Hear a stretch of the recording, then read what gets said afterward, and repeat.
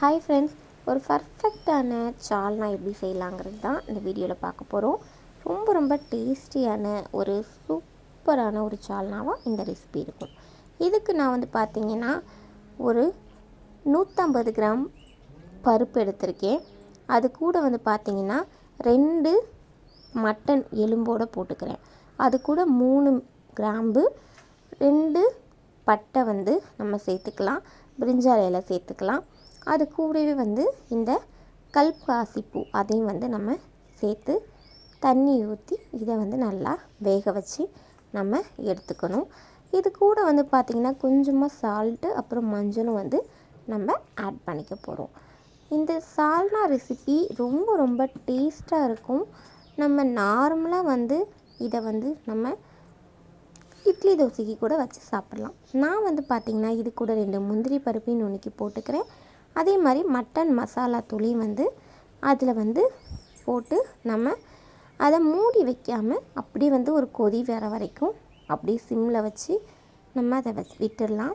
இப்போ பார்த்திங்கன்னா நான் ஒரு 2 கத்திரிக்காவை குட்டி பீசஸாக நான் கட் பண்ணிக்கிறேன். இதை நல்லா தண்ணி ஊற்றி கழுவிட்டு நம்ம அது கூட சேர்த்துக்கலாம். இந்த கத்திரிக்காய் எப்போதுமே சால்னாவுக்கு ஒரு தனி டேஸ்ட்டை கொடுக்கும். ஸோ இதை நம்ம அதில் சேர்த்துக்கலாம்.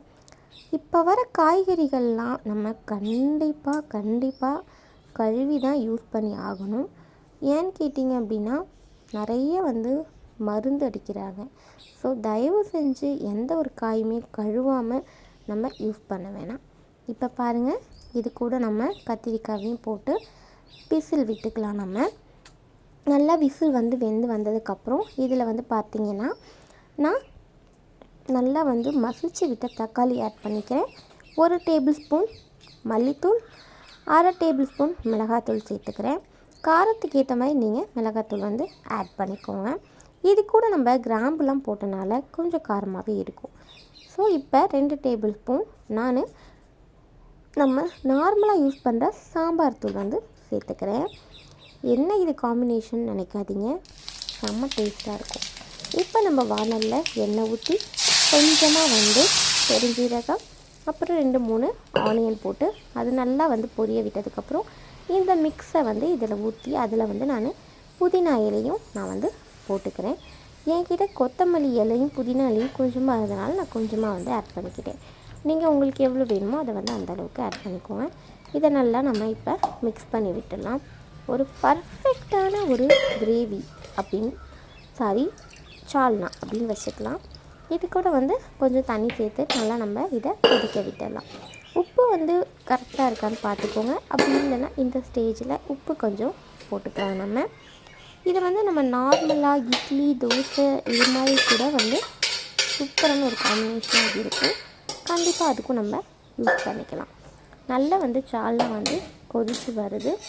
நான் அடுத்த சைடில் எனக்கு மட்டன் செய்ய போகிறேன் நான் பிரியாணி. ஸோ அதுக்காக ரெடி பண்ணிகிட்ருக்கேன். 1 by 1 நான் ரெடி பண்ணிகிட்டு இருக்கேன். இன்றைக்கி எங்களோட வெட்டிங் டே. ஸோ அதனால தான் இந்த ரெசிபிஸ் எல்லாமே உங்கள் கூட ஷேர் பண்ணிக்கணும்னு தோணுச்சு. ஸோ அதனால ஷேர் பண்ணிக்கிறேன். இங்கே பாருங்கள் எப்படி கொதித்து வருதுன்னு. இந்த ஸ்டேஜில் நான் அமுலோட ஃப்ரெஷ் க்ரீம் சேர்த்துக்கிறேன். என்னோடய ஃப்ரெஷ் க்ரீமில் ஃபேவரட்டான பிராண்ட் அமுல் பிராண்டு தான். ஐஸ்கிரீம்லேயும் ஃபேவரட்டான பிராண்ட் அமுல் தான் எனக்கு ரொம்ப பிடிக்கும். ஸோ உங்களுக்கு எந்த பிராண்ட் ஐஸ்கிரீம் ரொம்ப பிடிக்கும், அதே மாதிரி இந்த ஃப்ரெஷ் க்ரீம் அப்புறம் பால் இதெல்லாம் எந்த பிராண்டு உங்களுக்கு பிடிக்கும் மறக்காமல் கமெண்ட் செக்ஷனில் கமெண்ட் பண்ணுங்கள். இது ப்ரொமோஷன் கிடையாது. இது பார்த்திங்கன்னா நான் நார்மலாக என்னோடய ஒரு தனிப்பட்ட கருத்து தான் சொன்னேன். இப்போ நல்லா கொதித்து சூப்பராக நமக்கு சால்னா ரெடியாகி வந்துடுச்சு. அவ்வளோதான், முடிஞ்சிச்சு. நம்ம இதை ஈஸியாக சூப்பராக சர்வ் பண்ணலாம்.